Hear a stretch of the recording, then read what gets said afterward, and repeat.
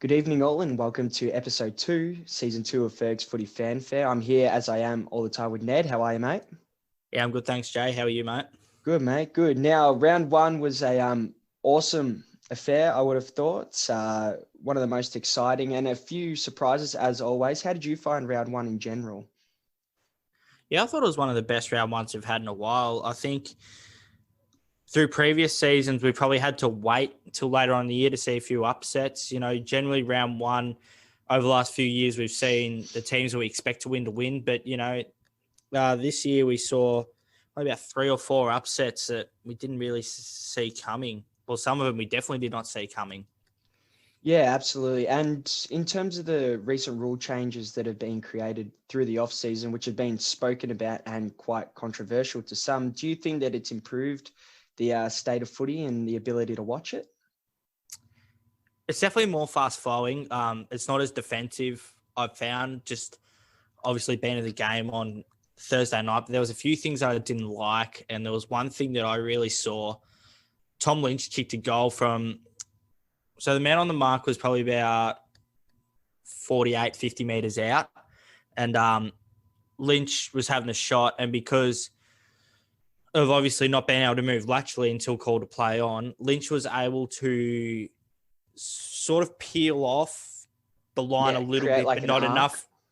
But not enough for the umpire to say that he's ran off his mark to call play on. And he was able to gain 3 or 4 meters and was able to sort of just kick around the man on the mark. So I really shook my head at that, thinking I don't like seeing that. And then obviously the concussion sub, I think, has been exploited pretty heavily in this round.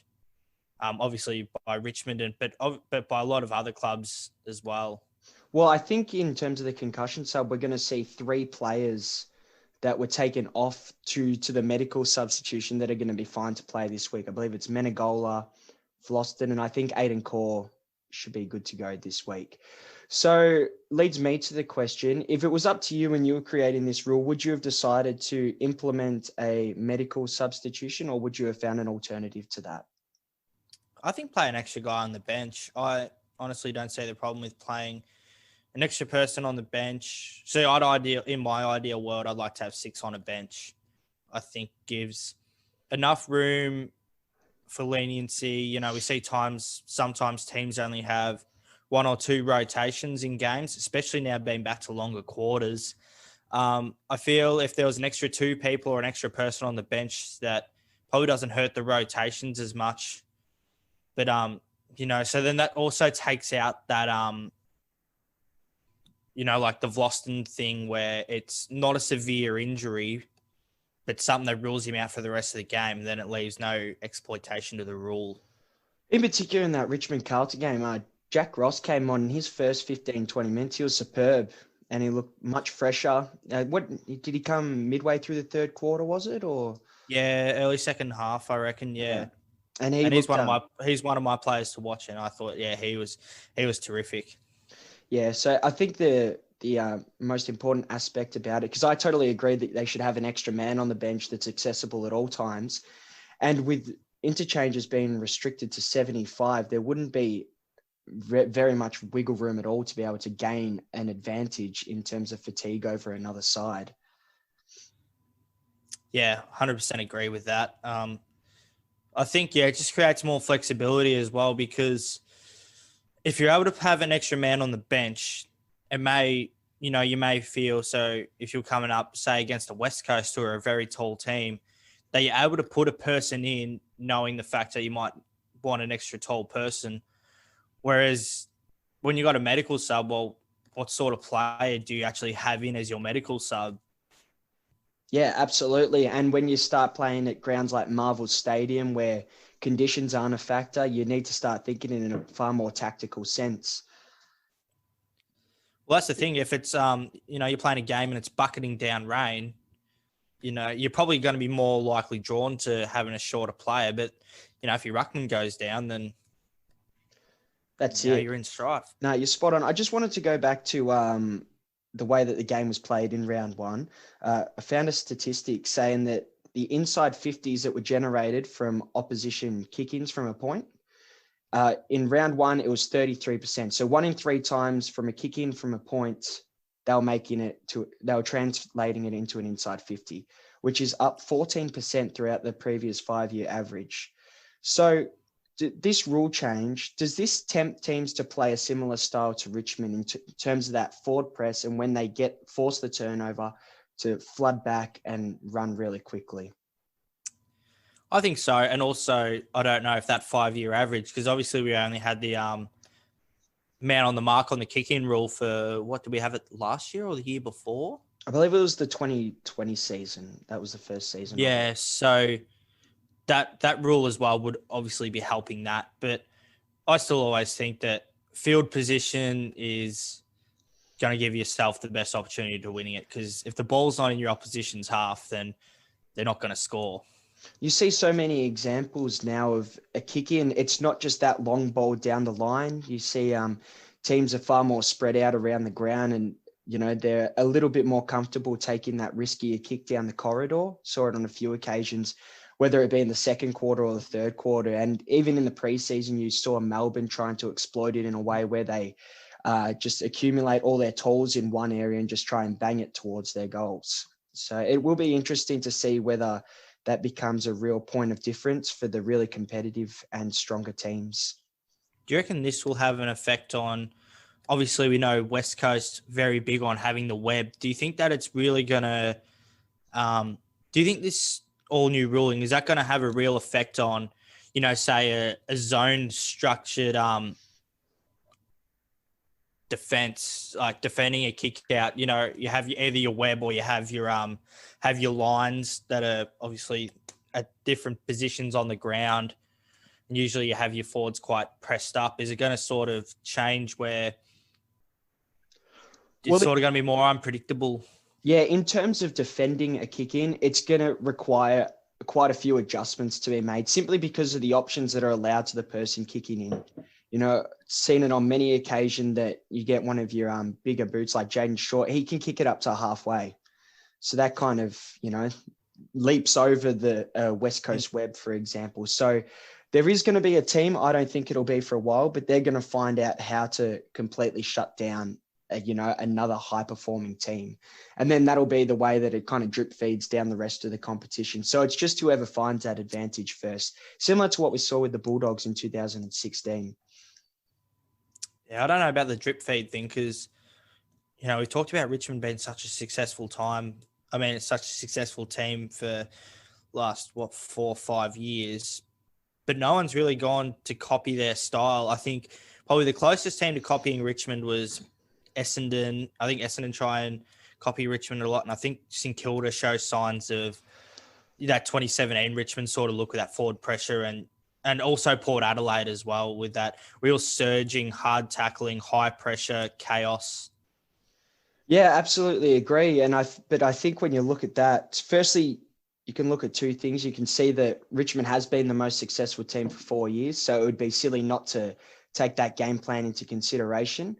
But then you've got to remember that this Richmond list is unique and they're outstanding. And I guess, it's a really good segue. We'll talk about the season opener now. You were at the game. How was it to finally have a crowd back and being able to witness footy live at the ground? Yeah, it was great. It was great to watch, just especially to have a bit of an atmosphere. They're obviously talking about it. Brewalt and Cochin were talking about it, that 50,000, despite it not seeming like a big crowd for the opening game of the season, is still 20,000 more than we were at the grand final in 2020. So it's a fair difference. My thoughts on the game was that it was probably pretty much nearly a reversal of round 1 2020, where Richmond dominated the game in the first quarter. The game was all done by quarter time pretty much. I think they were about 6 goals up. And then Carlton pegged back for the last 3 quarters, whereas this time around, Carlton for the first 3 quarters were very competitive, and Richmond just played 1 quarter of good football. And I think that's what they felt all they needed to do to rack up the win without any real high risk of losing any personnel. I found it very similar to not necessarily brand, but just the momentum of the football that occurred in the semi-final last year between Richmond and St Kilda. I think, Carlton definitely kept themselves in the game. And for large parts of it, I thought, in particular in that third quarter, they looked the better team. But then just the professionalism and the class of that Richmond squad, they really stood up in that last 10, 15 minutes. And what was a really close game for the duration of 3.5 quarters. It really kicked out towards the end just for the professionalism. Yeah, I think those longer quarters, I know as a Richmond fan, I prefer the longer quarters because I think that's what Richmond has been really good at, is being an extremely fit outfit, and they're able, and obviously we know what Richmond's second halves are like. We don't have to go back too far to see what they're capable of in the second half. And I think that's what they like when their opposition are sort of depleted, a bit out of energy, and that's when Richmond really know when to kick it up. Yeah. Now, something that we're doing new this year, we're going through every game and we're going to pick a best on ground. So I'm not too sure if they're going to vary much of the time. There's a few people this week I know that I wanted to put in my best on ground, but I couldn't. And it's probably a prime example of this game, Richmond Carlton. This isn't my best on ground, but I think that he deserves a shout out. And that's number 34 for yours truly, Jack Graham. I thought that he's just, goes under the radar and gets the job done. He ended up having 33 disposals at 79% efficiency. Of those, 5 were clearances, 11 inside 50s, and a game high 836 meters gained. So I thought that he was outstanding.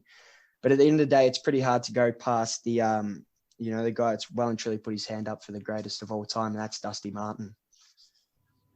Yeah, I've given my vote to Dusty Martin as well. I think the scoreboard impact as well, that's what's so key about him, is that he's able to, he probably doesn't get a lot of disposals as such, but everything he does has an impact on the game, and he's never shy of hitting the scoreboard as well, which I think why you'd probably take Martin over Graham, because Graham didn't really hit the scoreboard as such.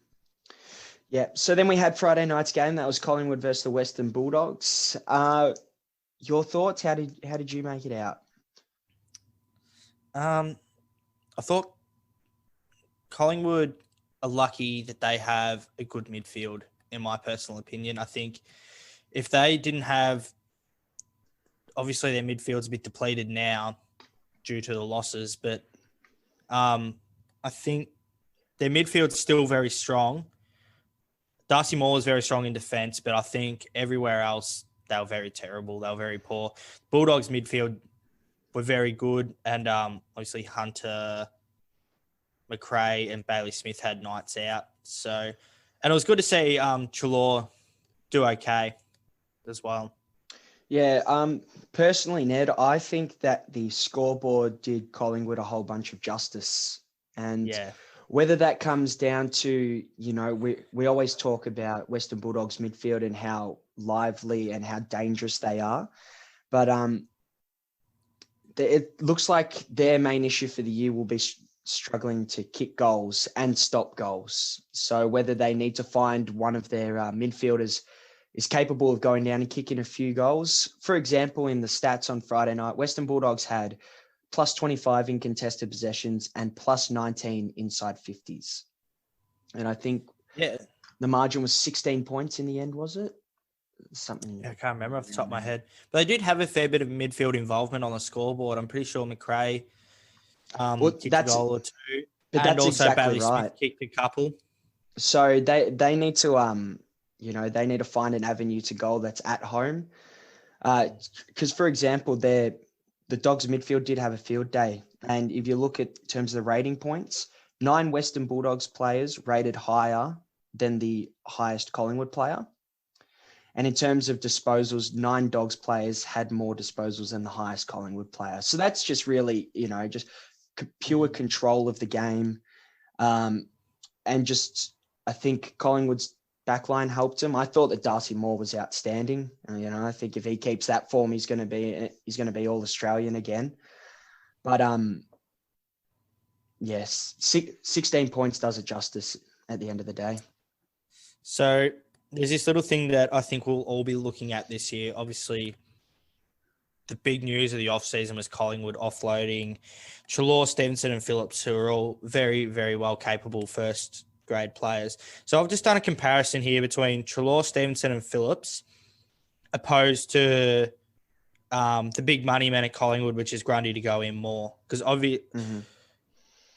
we all know, obviously, the salary cap was an issue at Collingwood. There's no doubt that at least one or two of those players were pushed out because of salary cap.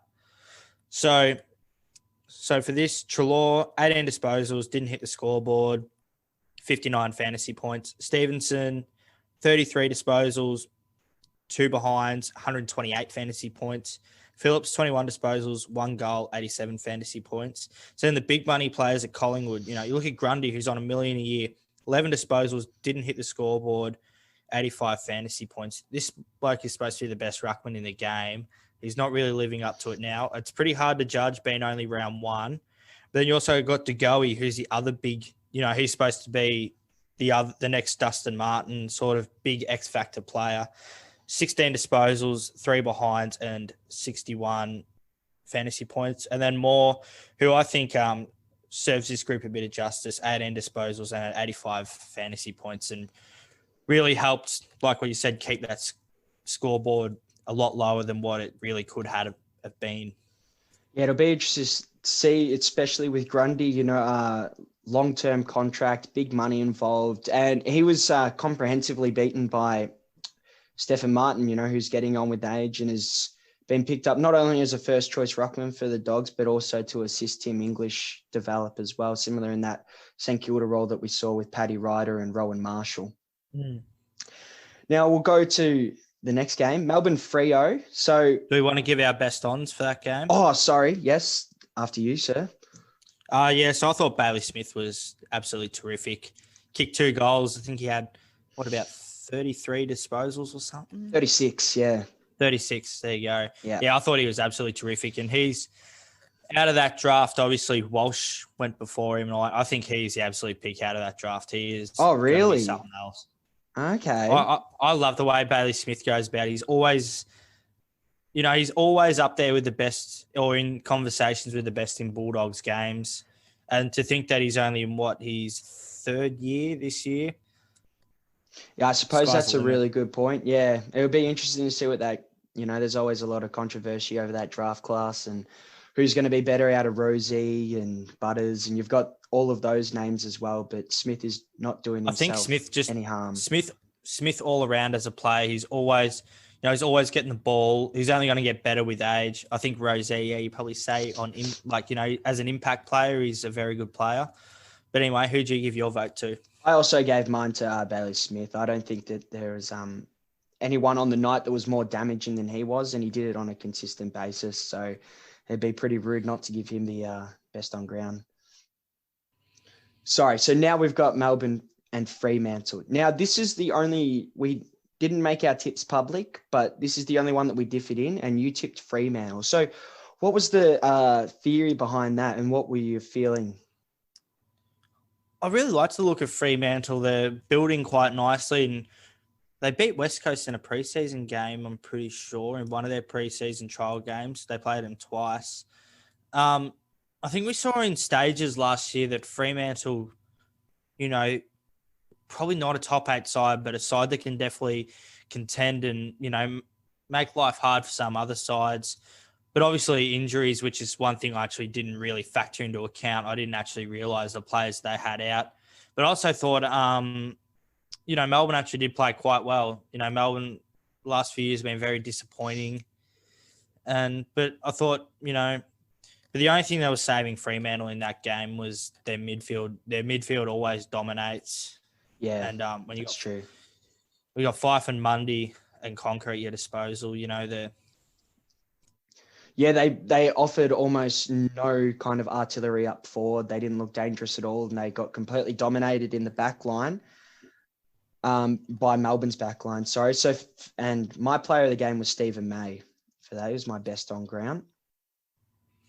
Twisted my arm, mate. Absolutely same person. Yeah, he was unreal, and I don't think he's really. I think this is his best game that he's played for Melbourne. Obviously, he went there as a really, big defensive presence, and he was in his last year at the Gold Coast, he was a very big defensive presence, but we never really see him hit that sort of peak at Melbourne. But I think, if he stays injury free and everything's all good, I think he's going to help Melbourne win a lot of games this year. Was spot on, and he was considered a snub for the All-Australian last year, which is debatable, but he showed plenty of form, and I know that he played a lot of good games last year. But, I mean, this to start off the season and have 5 intercept marks and 24 disposals at 79%, I mean, that's tick for what you want out of your main backman. I thought the only thing disappointing for Melbourne on the Saturday was their crowd numbers.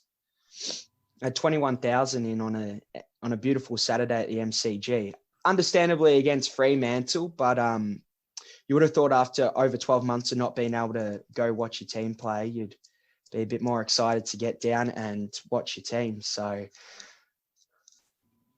getting the Land Rovers ready for snow season, mate. Yeah, well, they might have to hold their reservations for Mount Buller and hope that the snow stays out for a bit longer than September, because if they keep playing like that and restricting teams to low scores such as the 58 that Fremantle got, they're going to win plenty more games. Yeah. Moving on to the match of the round. The upset of the round, hell yeah. But it was the match of the round, in my opinion. It was an unreal game. Okay. Well, yeah, I mean, what is there to say? I mean, I personally think that Geelong thought that they'd have an easy round 1 victory. And they didn't go in serious enough. They didn't go in hard enough. And to their full credit, Adelaide just wanted it more and went in harder. It was great to see from Adelaide because obviously what you see, they're obviously not as a talented list as Geelong. But one thing they really did outshine Geelong in was effort. You know, their tackling, their pressure. I mean, some of the mistakes made by Geelong players were ordinary. Geelong have been, last year we saw them as a team that really likes to control the ball, hold possession, good quality possession, look at actually and think about what you're doing with the ball. They looked like an under 12 side, their disposal efficiency. They were very terrible. And I thought Adelaide's pressure was a result of that. And the fact that they were being jumped and like, gee, what do we do? Well, absolutely. And I think this is a question that I have for you. Do Geelong really train this week, or do they say, okay, we just didn't rock up with the right intensity, we need to make sure that we do it, especially against Brisbane this week? Or do you think that there's a little bit of an underlying issue here, or do you think it's too early to call that? Oh, they need to train. They need to work on pressure. I think if they want to beat Brisbane are also a very good high pressure side, with a lot of the good ball users they have throughout the middle and up high half forward and all that, excluding Rayner, obviously. But they need to work on their pressure. They need to, I think there will be, I think Chris Scott will be giving them an absolute drilling, because that's a game that you'd pencil in as a win. Despite, you win the game by 1 point or 100 points, it doesn't matter. You still, get the 4 points. Well, they're going to be playing next week without Patrick Dangerfield. He's been given 3 weeks for his bump on Jake Kelly. What's your take on it, Ned? I think personally it's an accident, but obviously the action of Dangerfield after the player is disposed of the ball, he still has elected to bump. When you elect to bump, you pay the consequences of whatever injury or harm you inflict. So I think realistically it's a 2 week, but in this sort of bumping area, it's been quite grey over the last few years. So I think the AFL really came out and made a statement saying, no, enough's enough. Don't bump. You elect to bump, you're going to pay a hefty price. So I think I do feel for Danger, but I do feel that obviously now the whole concussion thing, with Danny Frawley, Polyfarmer, and Shane Tuck with the CTE, I think protection of the head, is, one of the biggest priorities that the AFL have at the moment. and that's the main focus of it, really. In all honesty, I do sympathise with Patrick Dangerfield because by the book, it would just seem as an accident. I'm pretty sure that it was called play on throughout that play. Actually, I do have a quote here. Now, it is coming from Razor Ray, so to be taken with a grain of salt, I would have thought. But he was meters away from the Dangerfield bump on Kelly. And he said, the bump itself, there was no high contact made, and we don't pay free kicks for high contact in a head clash scenario. Now, I agree and believe that you need to stamp any kind of head contact out of the game. But it's not the worst look for footy in terms of, I think personally, that the Asprey elbow that he got away with, I think that that's a worse look for footy than it was an incidental bump, albeit has broken someone's nose and left him unconscious. He should have got a week. Asprey, I still firmly believe that he should have got a week. So it'll be interesting. And I think that just goes with the focus on this potential to cause injury, and especially when it has to go with a head knock as well. So that sets the precedent. You wouldn't think there'd be any straying away from that now, and you'd imagine that they'd be just as firm. So I'm going to be really interested to see if there's a similar bump where there's actual contact with the shoulder on someone's head, because I think they could be looking at a long spell on the sidelines. So do you still think he deserved time on the sidelines, or not? Do you still think he deserved weeks? I think it needs to be, yes. I would say maybe 2, but I think that they've given him 3. They've used him as a deterrent. Say, if you had an opportunity to tackle, you bump, regardless of whether you've hit them high with your head or anything else, high contact, you're going to go away. So, and I think that that's a fair enough call. Honestly, I think that's fair enough. Yeah. So you got to set a standard, but you got to keep that standard. And this is what we haven't seen in the AFL, consistency. But obviously we have to look at the Asprey incident where I believe Asprey probably should have got a week. I don't think he should have got any more than a week because of the impact. That's it.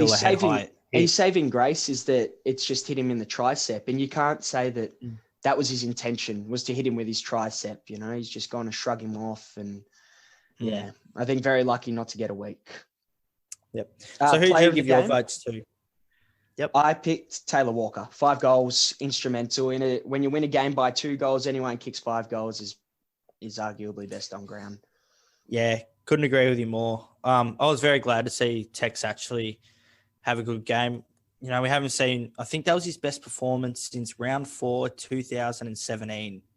Yeah, right. So it's been a long time between drinks, and obviously with everything that Texas copped since really the aftermath of the 2017 grand final, I think it's great to give him something to build on, because a few years ago, people were saying, well, he should just go, and obviously his impact on the team wasn't that great, but I thought he showed really great leadership as well, kicking big goals in big moments. He kicked a goal straight after the Kelly hit, and then he kicked a goal right on the 3/4 time siren. Yeah, both big from outside 50 as well. I just got a quick question for you relating to the new rule, in particular, the man on the mark not being able to move laterally. How much do you think that that's going to help key forwards, and particularly those leading forwards? I think it's going to help a lot, especially like what I said with the Tom Lynch incident, that it helps probably improve your angle by maybe 5% or so, which will give you an extra couple of meters, especially on those kicks that are, testing your range a bit, at that 55, 50 meters out. I think we'll see a lot more kicks get the journey. I reckon if there's a bloke that you could be putting, buying stocks in at the moment, it would be Ben Brown. I think that the man on the mark, he's not able to cover, he's not able to move himself towards the corridor or anything. Quicker ball movement, it's going to allow more space in the forward 50s. So I think I'd be really excited if I was a Melbourne fan at what he has the potential to offer. I think the biggest thing that could get in his way is how it's delivered to him by his mids. Yep. Essendon Hawthorn. Now, this was my game of the round, even though it ebbed and flowed so much to only be 1 point difference at the end. It probably goes to really illustrate just 2 younger, more inexperienced teams, doesn't it? Yeah, that's it. I can't say I watched this game heavily, but I did see the scores, and I thought, Dylan Shield was massive in that second quarter, and I thought there's no way Essendon are going to lose from here. And then I ended up seeing that Hawthorn won, which I don't know if it's just to do with the Hawthorn list or if it was something that the great man Clucko has done. Well, that's the way the media portray it, won't it? They'll say, and we'll just never know, but to bring your team down from 7 goals is it's a pretty huge achievement, especially with a younger list. And I tipped Essendon easy in this, and I was really surprised. Yeah, I did have to think about this game a bit because I don't see Essendon being a real force this year, but I thought Essendon might have won, but I did have to think about it. Player of the game, Bog? Tom Mitchell. I thought that third quarter, he was really in and around everywhere. I think did he have 17 touches in that? I'm not too sure. I can't remember how many touches he had, but he had a lot of touches in that third quarter. He was in and around the play a lot, a few score involvements here and there. I thought, when the whips were cracking, he was there. Yeah, 39 touches at 77%. I've got him as my best on ground as well, but I do also have a second place, and that's Jaeger O'Meara. 9 clearances, and I think he went at something ridiculous, like 78%. So he was huge for them, and he provided a real big body in there. Although be it he was missing in the second quarter, he made up for it also in the third quarter. Another huge upset on Saturday night where Brisbane lost. After kicking the first 3 goals in about 2 minutes, they lost by 5 goals to Sydney. Who would have picked this? I think a lot of us would probably have had Sydney right down the bottom of the ladder. Obviously a very young side, but, it looks good for Sydney. A good blend of old and, a bit of experience with a bit of youth and a bit of flair. I thought, their young players really showed a lot, Sydney. Their 3 debutants that they had all had great impacts. So I think, it was just a game won by 22 more prepared than another 22. Yeah, I'm this involves my best on ground, who was Callum Mills. Oh, and I am really excited to see what this guy becomes, okay? So he's just going to start getting more midfield minutes. At, pick number 3 started, off half back, but he's just going to get more time in the midfield. And he's just continuing to improve. And I'm not too sure if I can see much of a ceiling for him in the way that he goes about his things. Already, based on his career averages, he's above average in his disposals, marks, and tackles. So I think he really showed. He had over 30 touches on Saturday night. And, he was just huge. You got a different man of the match. This might be our first different one for the season. Yeah. I do think Callum Mills was spectacular, and he was a great halfback back a few years ago. But you gotta love this love story, mate. The rising star, Errol Golden. Yeah, nice. Yeah. 3 goals on debut. He was huge. And, I thought he was spectacular. Yeah, I think he's the second highest coaches' votes getter on their debut. I think someone got 10, and he's second on, or amongst others. Dean Polo, I also noticed, got 7 coaches' votes on his debut. Yeah. We'll be playing off for the Dean Polo Cup soon, That's mate. it. It's a few weeks away. We have to get the bloody kits out again. That's right, Dreamtime. That's right. He played. I think his first game was at Dreamtime, and he absolutely carved it up. And I think Richmond ended up winning that game. All right, enough bloody Renaissance stuff with you, mate, and reminiscing. We're going to go to just a couple of days ago on Sunday, the early game, North Melbourne v Port. Thoughts? North Melbourne very good in the first quarter, but they just weren't able to score. Scoring was their massive problem, and realistically, quarter time, they probably should have been 2 or 3 goals up with the amount of play that they had. But I think the end result, we all saw it coming that, the Gunport players would just step up and take control of the game. And really, from probably about halfway through that second quarter, North Melbourne just didn't have an answer. Yeah. Now, I just wanted to quickly, I know we touched on it slightly in our first episode, but out of all, out of the top 8 teams and even more so the teams that are really vying for a premiership, I think that Port's pickups put them in the best stead to really challenge at a flag. I think so. I think Aaliyah was spectacular. Yeah. And Yeah. obviously Fantasia kicked 4. Yeah, that's it. Literally had 4 intercept marks, but more instrumental than that, he really provided a presence down back for them, which you felt that if there was any issue with them last year, it was just their ability on the quick break to get scored on. So, and you compare them to other teams in terms of the pickups that they've had, I don't think that any have been as influential as Port have picked up. Yeah, I do agree. And I think just with Aaliyah being there, takes a bit of load off Jonas as well. Yeah. And also Mackenzie. So I think he's been a very good pickup for him. Who was your best on ground for the game? I had Travis Boak. Kind of dipped off in the second half. He didn't get another clearance in the second half, and he was on track for his career high, but still to have 27 touches, 7 clearances, 13 contested possessions, I think that's enough to warrant that. And he was electric in that second quarter when they started to get on top. I think 3-4 goal assists just in that quarter. Yeah, well, I thought Port actually, as a whole team effort, did well, which is why I've actually given Jaden Stevenson my vote, because I thought he was really just, the lone soldier standing out, flying the flag for North Melbourne. I thought Port were very good. Motlop was very good. Fantasia was very good. Boak was very good.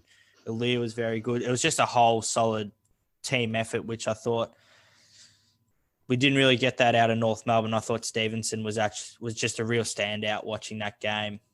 Do you think that Collingwood have missed a trick with not putting Stevenson in the midfield, or do you think that he's just playing for a team that doesn't have anywhere near a good a midfield as Collingwood, and it only makes sense to pop him in there? No, I think they've missed a trick with not having Stevenson. You don't win a Rising Star award by fluke. He is a very good player, and he's good at creating things. So obviously he's got a different role now compared to what he had at Collingwood. But I think from what we saw is that he can be a very instrumental midfielder or high half forward. And someone that this North Melbourne team that's obviously going to struggle can really build and grow around. There we go. Hit it here first, mate. That's a bloody MVP vote for Stevenson. Imagine if they get a win, you'll be licking your lips. All right, the Sunday Arvo game, GWS versus St Kilda. I might take the mic here for a second. In all honesty, I know that St Kilda hasn't been a good team for about a decade or so, but you can shortlist that victory as one of their best victories within the past decade. I would put it in top 3. In all honesty, for them to go over to Sydney against GWS, who... It's up to Sydney as well, mate, geographically. Sorry, I apologize for that. Just let me do my thing. I'm feeling this, okay? I'm trying to pump my tires up here. So they've gone up to Sydney, right? They played against GWS, who people still think are going to be vying for a top 8 spot. I personally don't believe that, but there's, plenty of people out there who do believe that. To be missing a third of their starting lineup and to do it in conditions that were adverse to the way that St Kilda likes to play quick football, being down 2 goals, about halfway through the last quarter. I just thought, I couldn't believe that they won that game from where they were. I thought that it was a real, character defining moment. It's something they can really turn back on and look at any stage throughout the season. I thought it was a real gutty and gritty win. And I think Leon Cameron's mob will be kicking themselves very hardly, because there were times in that, probably about 10 minutes ago in that last quarter, they really had the chance to really ice the game and, put it with that, beyond doubt, but they just weren't able to kick that sealer. And that, from GWS not being able to do that, St Kilda were able to fire back and, they really stepped it up in that last 10 minutes and, yeah, they didn't look like losing. Well, that's right. It really was a game of ebbs and flows. Saints get out to a 2-goal lead and GWS would bring it back. But for GWS to get the ascendancy at the start of the last quarter and then to dominate both territory and the scoreboard for half the quarter, you wonder whose fault it was that allowed to get St Kilda back into a real competitive position, whether that was just the determination and grit of the Saints players or whether, GWS has fallen into this false sense of security with having a 2-goal lead. So that'll be something that both teams will look at. I think for mine, it's a leadership thing. That's where Canelio really needs to stand up and either get a big clearance, lay a big tackle, do something big just to spark them, because obviously in those conditions, pouring down with rain, pretty miserable conditions, you got to somehow get yourself up and about. And that's when someone like a Canelio really needs to do something to really lift the group. And I think that's what, the great captains have done, like a Luke Hodge or a Joel Selwood or a Trent Cotchin or something. They're always able to sort of find a little spark to be able to get things going. Inspire and I think that's what others, they really lacked. That's it, yeah. Yeah. Best on ground? I went with Jack Billings. I thought he was very good. 30 disposals, hit the scoreboard a few times. So I thought he looked very good up at high half forward in the middle. Yeah, look, I'd love to go, me more than anyone, but I would love to go Jack Billings. But I'm going to go Tim Membry for best on ground. Once again, I didn't think that it was a game where they really had people stand out. I think it was really a team performance. But so Tim Membry was consistent for 4 quarters, whether he was playing up forward or whether he had to push up the ground a little bit more. He ended up with 21 touches and 3 goals. And if you could get that out of him every week, I think he played over what he should be doing. So if he was able to do that every week, then that would be absolutely huge for St Kilda. Is he top 10 player in the league, mate? Oh, we're going to have to ask some certain other people about that, which you never know might happen by the end of the year. But I wouldn't have him top 10 in the competition. No. I've had him top 10 in St Kilda. All right. Then we go on to the Coast Clash. Yes. I watched this and I thought that it was actually a really good game. I thought once again the scoreboard was a little bit deceiving towards the end because West Coast were just able to kick away in that last 5 minutes. But I thought that it was Gold Coast are playing a really attractive kind of footy where they spread out a lot. Like I know with the new rules there is a lot more movement, but when Gold Coast were doing it, there was players everywhere and they were really getting some kind of counter attack going. Yeah, good at getting that real overlap or just, extra 5 or so meters on their opponent, which is able to generate some good run through, off half back through the middle, then into the forward line. Obviously, when you got Ben King in the forward line there, he played very well and, he's only going to get better with age as well. And, when you got him being able to clunk the ball, there's not many defenders that'll be able to stop him. So, and I think, Bose was really good using the ball off halfback.